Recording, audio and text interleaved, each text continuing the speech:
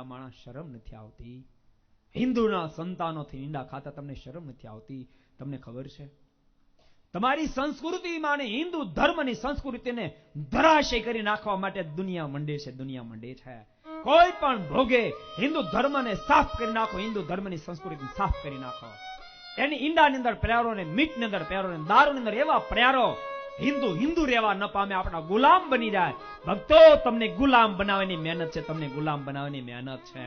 માટે જાગજો યુવાનો, બાપ જાગજો. હિન્દુ ધર્મમાં ઠાકોરજી જન્મ આપ્યો, હિન્દુ ધર્મમાં તમને જન્મ આપ્યો છે. अरे दुनिया નું કોઈ હૃદય હોય તો वही भारत है, दुनिया का हृदय भारत है, और भारत का कोई हृदय हो तो वही गुजरात है, અને ગુજરાત નું કોઈ હૃદય હોય તો સૌરાષ્ટ્ર છે. ભક્તો, એ હૃદયમાં ઠાકોર જન્મ આપ્યો છે. માટે કથાને સાંભળ્યા પછી નક્કી કરજો, આજ પછી અમે તો કદી ઈંડા નહીં ખાઈએ, અમે તો દારૂ નહીં પીએ, પણ જે પિતા હશે ઈંડા ખાતા છે રોકશું. આ ગામમાં ઈંડાની લારીને ઘરવા નહીં દે, ક્યારે ઘરવા નહીં દે. ભક્તો, શરીર બનજો, ડાહ્યા બનશો. હિન્દુ સંસ્કૃતિને બચાવી આપણા હાથની વાત છે. ભક્તો, આપણી કાંધ ઉપર જવાબદારી છે, યુવાનોની કાંધ ઉપર જવાબદારી છે.